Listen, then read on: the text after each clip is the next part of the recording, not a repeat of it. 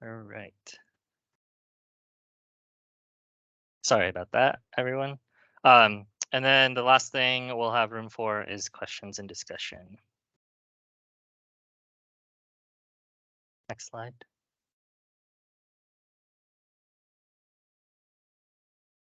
Great. So the context and opportunity for this work originates in a grant that the City of Seattle received in 2020 from the Federal Transit Administration to address equitable transit-oriented development along the West Seattle Ballard Link extension by centering community leadership and addressing station access, remnant parcels, and equitable development outcomes.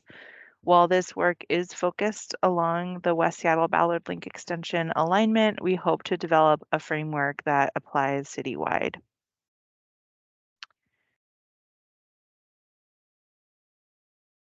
The outcome of this work will be an equitable TOD implementation plan with implications for station area planning and future community investments. Another critical outcome of this work is the process itself, which we've laid out in the RFP and was actually co-developed with a group of core community stakeholders. There are 3 participant groups: the community advisory group, who will comprise the main decision makers, and question asking through an iterative facilitated process. The technical advisory group with issue area expertise and access to decision-making in policy spaces on ETOD will support issue area trainings, research tasks, and facilitation as needed. And then parallel to and integrated with this alignment-wide and citywide process are ongoing conversations in Delridge, Chinatown International District, and Westlake to employ neighborhood and community-specific tools and strategies where there are heightened displacement risks. The consultant will help recruit and convene the community advisory group and will facilitate the development of an ETOD implementation plan with the community advisory group and support from the technical advisory group and staff. The proposed process will run from the recruitment phase, beginning as soon as the consultant is selected. Once the community advisory group, technical advisory group, and place-based groups are recruited, we will kick off with a healing and trust building retreat to onboard and level set with participants. The core work program component will refine the existing draft values, visions, and definition of ETOD that are in a PDF that's linked in the RFP itself, and identify the strategy elements and tactics, and prioritize those bodies of work for further exploration in the implementation phase, which will run through 2024. And we'll come back together to piece everything together.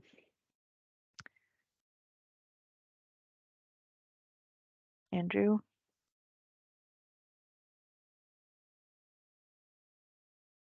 Yeah. Thank you, Julia.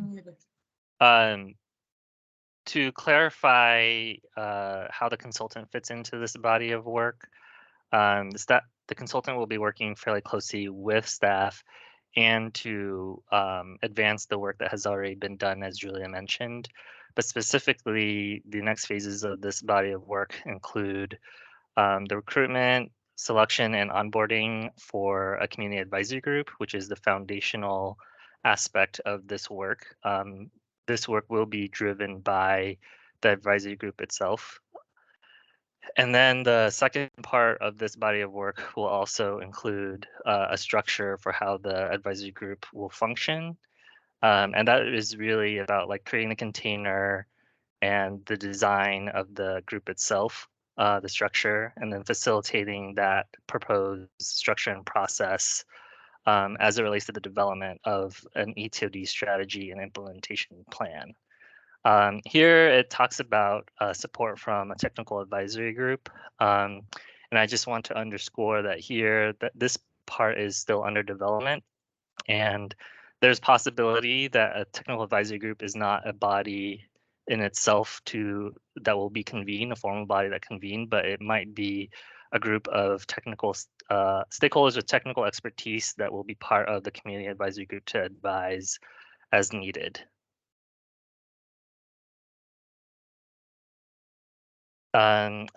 This next part, I'll get into a little bit more detail about the project scope. So as I mentioned in the last slide, there's really two main bodies of work as part of the scope for this RFP.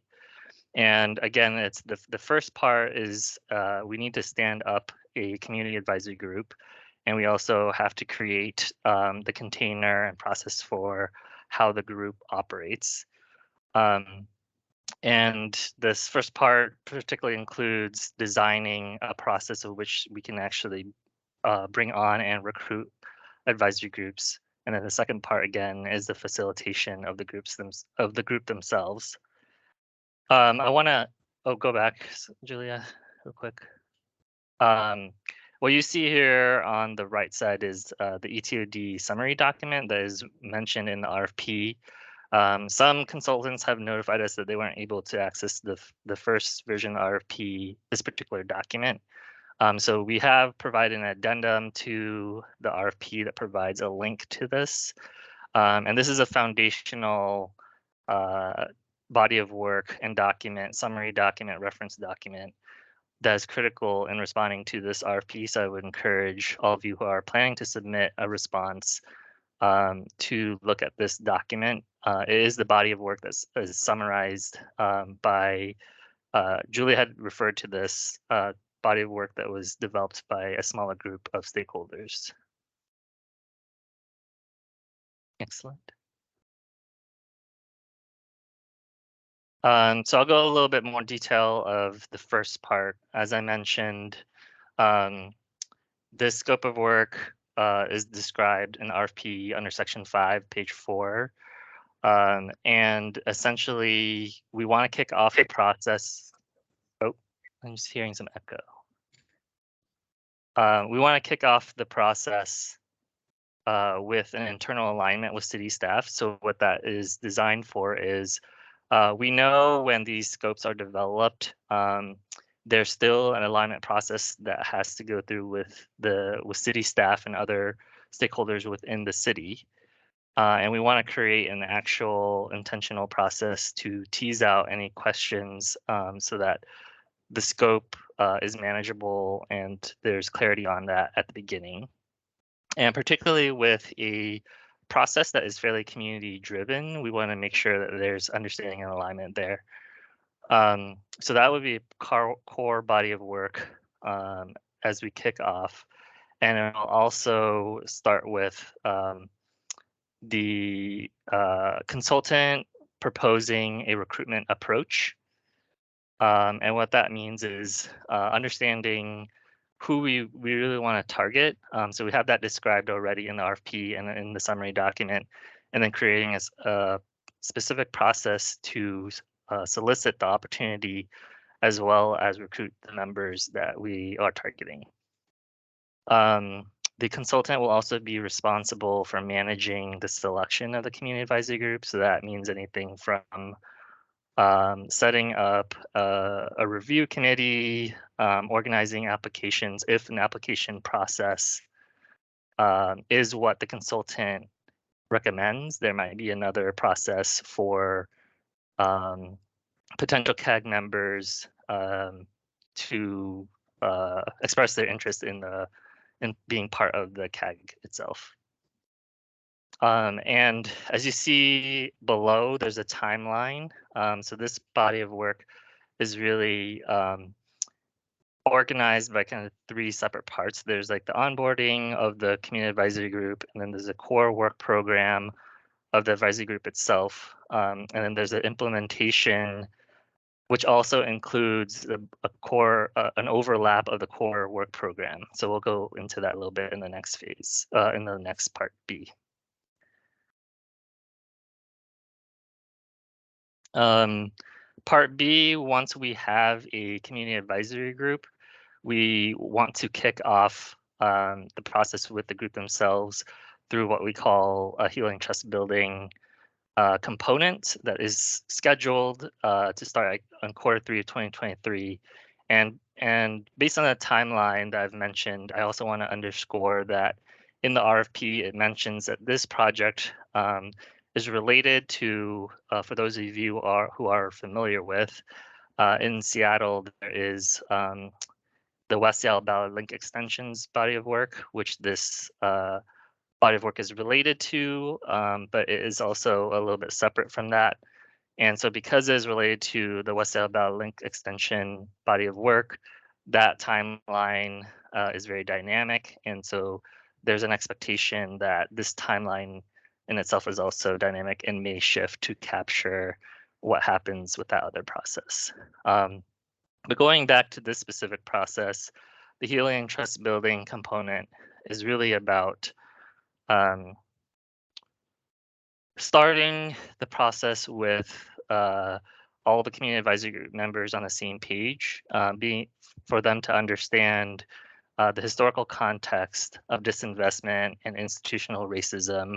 And there's an opportunity for them to build trust amongst themselves and a shared understanding of their role and how their role will contribute to the development of the ETOD strategy and implementation plan. In the second component that you see, refined foundational work, that's really around, it's designed to be a learning component, a co-learning component where we go through the historical context of why equitable transit-oriented development is important, particularly in this region and in Seattle. Some of that might be covered in the healing and trust building component, so there might be some overlaps.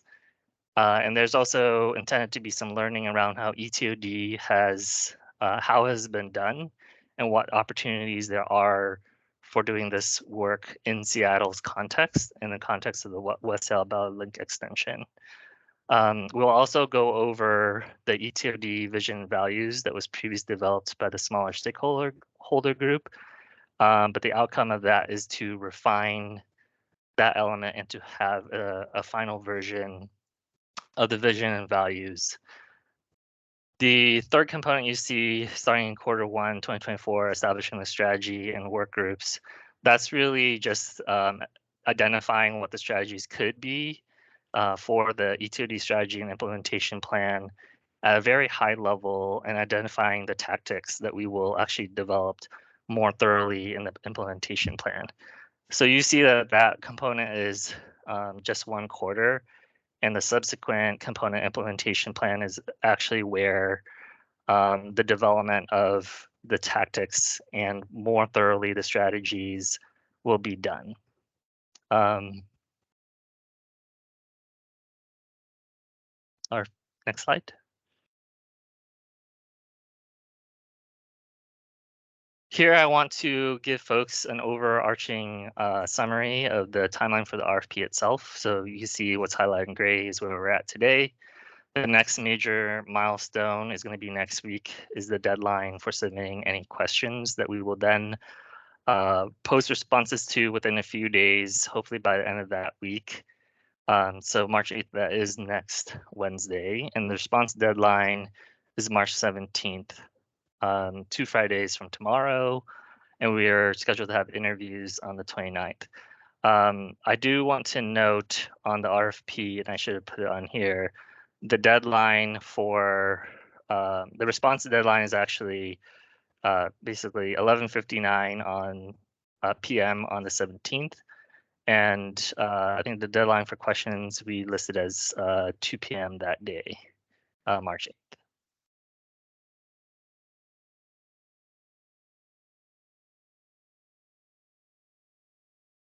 Here I want to get into more specificity on the qualifications and experience.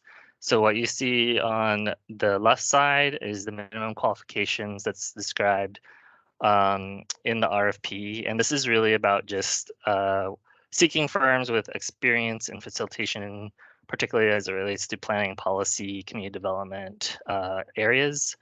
And then also experience working with community organizations and populations at high risk of displacement. Also experience designing, facilitating advisory groups or leadership development processes. And that's specifically related to the areas of experience listed in the first bullet. This is different than what is noted in the proposal response, section 8.6b. That's the relevant project experience section. And we're asking firms to describe their experience with building community relationships and practicing relational culture. Because this is a community-driven process, particularly with BIPOC community and communities who have experienced displacement. This is the approach that we're hoping organizations can provide their expertise and experience and suggestions on what this could look like. And we're also asking for experience facilitating development, particularly as it relates to equitable development and equitable planning policy outcomes, again, with BIPOC communities.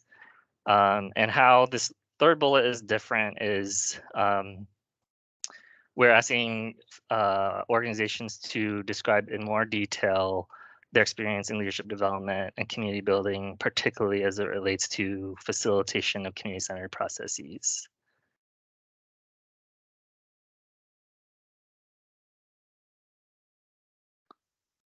And here I want to talk a little bit more about the proposal response questions. We have 3 questions that we're asking organizations to respond to. And the first is really wanting to understand the different models, the decision-making models that organizations have used, because there's going to be a large diversity of stakeholders involved. We want to be able to understand the different tools that people can use depending on who their stakeholders are. So of course, there's different models that you all might have used, consensus building to consent, but we really want to understand how you could deploy that in this context. Second question is around why this is particularly important is we are anticipating having community advisory group members who don't have technical expertise, but lived experience expertise. And so having experience being able to facilitate a process where you're bringing in complex technical planning and policy to community members who don't have that background, but then conversely, being able to understand the lived experience of the stakeholders who are involved, the community advisory group, and being able to somehow communicate and facilitate that discussion in the context of the technical planning and policy topics and to people who have the expertise. So it's kind of a two-way communication and facilitation. The third proposal question is around describing your experience with centering racial equity and restorative practices, particularly as it relates to facilitation of people who have experienced institutional racism, and then how you would center the lived experience of BIPOC community members. So you see, based on the last 2 slides I described, the points for the scoring criteria reflects that. So under the project understanding and approach, we're putting the most points at 40. And for the 3 proposal response questions, we're putting it in at 25. So combine at 65, which is the majority of the points. And that's really where we want to see organizations kind of prioritize their responses and being able to help us understand how they could craft an approach based on what we have proposed. Next slide. Before I open it up for questions, I just wanted to do a quick summary of the addendum that we've posted so far based on the questions that we have received.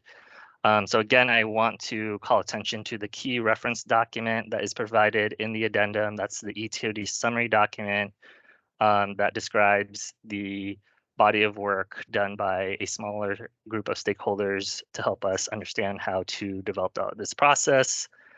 The procurement schedule deadlines, we've added not only just the dates, but the time to both the deadlines for questions and the deadline for the submission of the proposal itself. We received a question about the budget range and the compensation for community advisory group. The budget range is 75,000 to 100,000, and the reason why we did that is we wanted to make this opportunity open to a range of organizations. Maybe it's a team of 2, maybe it's a larger firm with other staff who might be part of the process, and that scale of the budget reflects the flexibility of who we're looking for. In terms of the CAG compensation, that is not part of the consultant's $75,000 to $100,000 budget. The city has its own budget designated for that, and we're still finalizing the compensation rate for that. The consultant scope timeline, there was a question on why the main bodies of work was ending in Q2 of 2024, but that we're asking consultants to do work through 2024. And the answer to that is because, again, this is a dynamic project. And so we're building in some cushion, but at the same time, another key reason is that we want, we've gone through some of these processes before, particularly with a smaller stakeholder group. And what we learned is, like, once their work was done, we actually had additional questions and issues for them to clarify. And so we wanted to actually create more time to re-engage the CAG if we wanted to clarify anything as we go through implementation as a city. And I will open it up for questions. If you can ask questions in 2 ways. If you want to enter it into the chat, and I'll answer them as they come in, or if you can use the raise your hand function. At the very top, there's a raise hand function if you want to do that.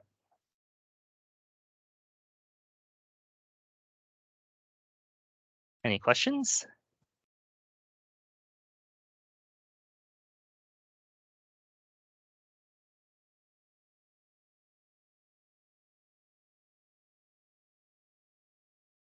I'm not hearing, but are there any questions? That means we did a very good job explaining. Comments, I guess. No comments or questions.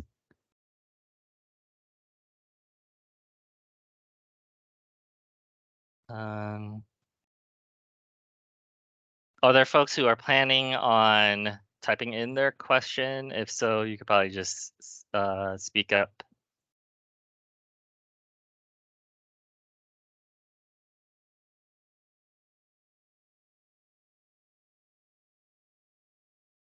Quiet group.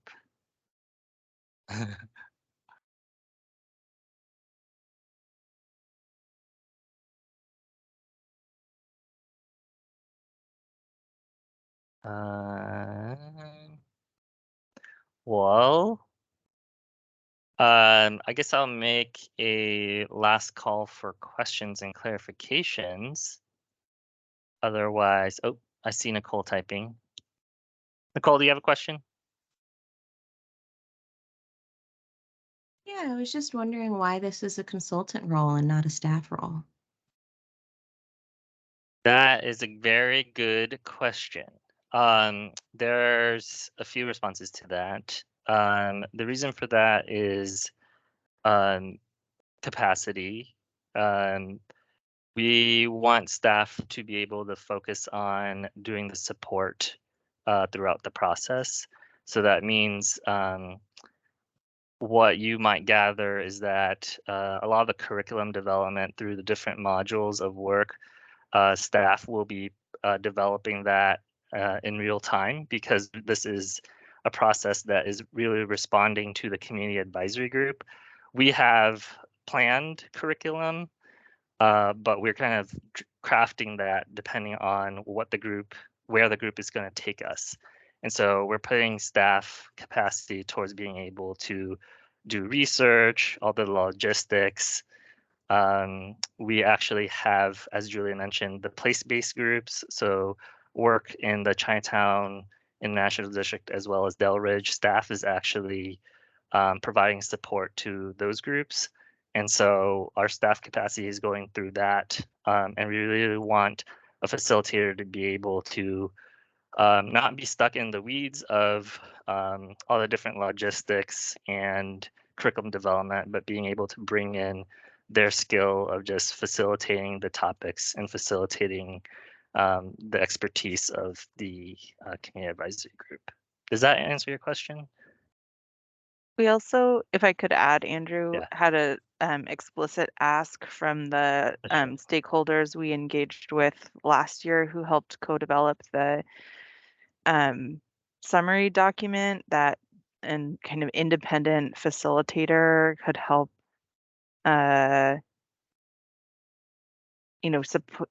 support transparency and trust building among the participants better than staff could, where there's distrust of the institution facilitating this process.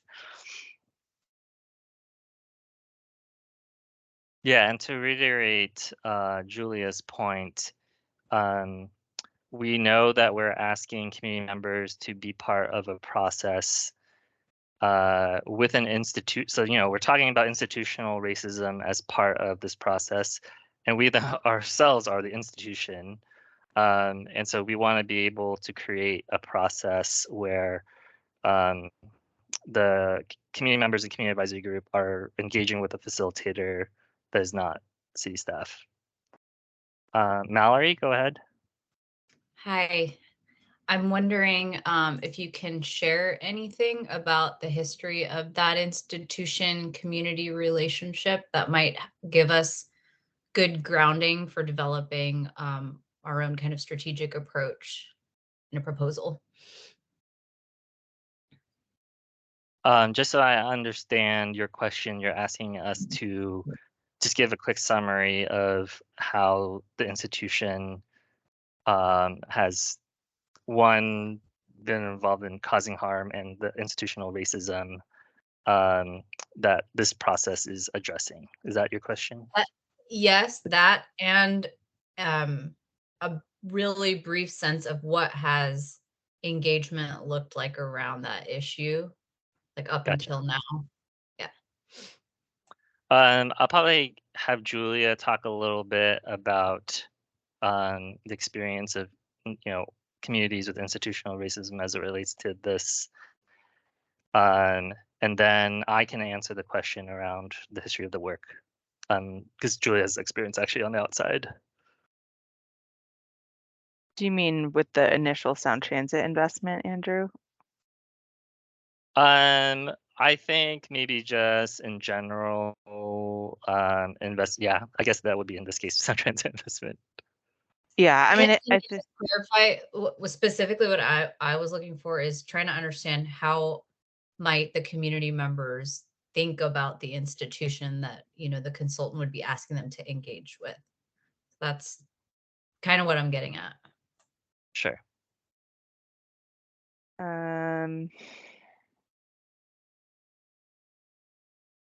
mean, I think in general, and I think we list out more explicitly the history of racism in government perpetuated racism and harm historically in the summary document. And we have a timeline there. But I think the regional transit investments in rail, I'll say, for our region are relatively our light rail system first came online in 2009, so it's kind of a newer issue, and but infrastructure projects are not new. Infrastructure investments are not new, and so the communities who will be facing these investments, particularly Chinatown International District, Delridge neighborhoods have seen kind of the harm of large infrastructure investments, both like completely separating and splitting apart neighborhoods, kind of construction disruptions, displacement of core institutions, residents, and small businesses, and it's ongoing. So I think but it's both the city of Seattle and Sound Transit as the regional transportation authority. But there's also been like collaboration. It's not all like we don't, it's not all distrust.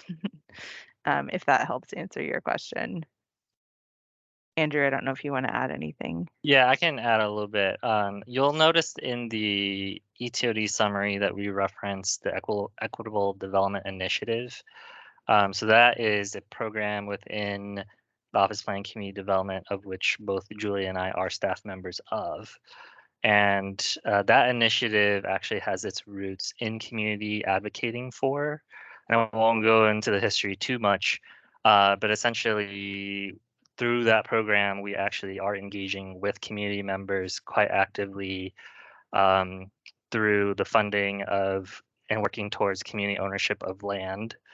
And in terms of your question towards the history of engagement, that's the lens of which we are approaching this work, and the engagement also is that there are pathways and there are efforts of the city of Seattle. And we're not saying like we are community and government has to play a pretty fine, like dance on a fine line of community power building. So we're creating the opportunity for that. And we're funding actual place-based work, as we've already mentioned. And so in terms of the engagement, it's providing the opportunity for things that community have already asked through other efforts as it relates to equitable development. And this is work that is specifically equitable development, but it is within the context of light rail investment and high displacement risk areas because of that investment.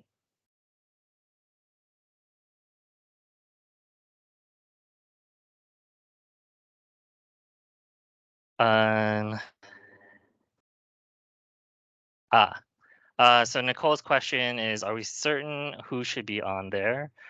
And are we hoping for investment in new leadership? So the question is, the guidance that we received from the smaller steering group, smaller stakeholder group, is that they wanted to see a process that centers new voices and voices that aren't particularly, as the term that you use, they do not want to see more usual suspects. And so as we are doing this, I think we're balancing a little bit between who we're able to recruit. A lot of times we are compensating participation, so we're hoping that gets through the barrier. A lot of times we have usual suspects because they are paid for by the organizations that they're associated with. But they also said they didn't want to see like executive directors of organizations, but we might balance between like, depending on who it is and their role and experience. But we are, as the language you use, yes, we are hoping to invest in new leadership into this body of work.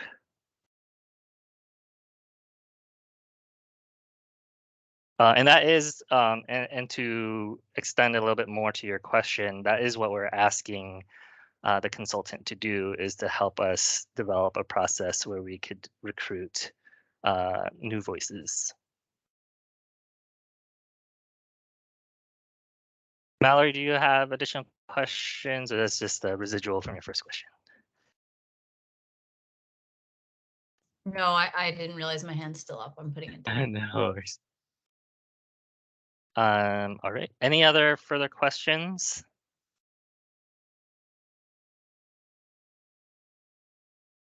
Right. Well, if there are no other further questions, we're actually very excited and hoping that all of you will submit a response. And reminder, the deadline is March 17th That's a few weeks, about 2 weeks from tomorrow. And that will be the end of day 11:59 Pacific Standard Time.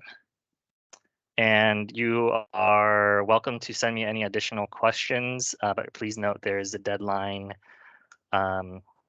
for that. The deadline is for questions is on the 8th, March 8th. All right. Well, thank you all for joining us today.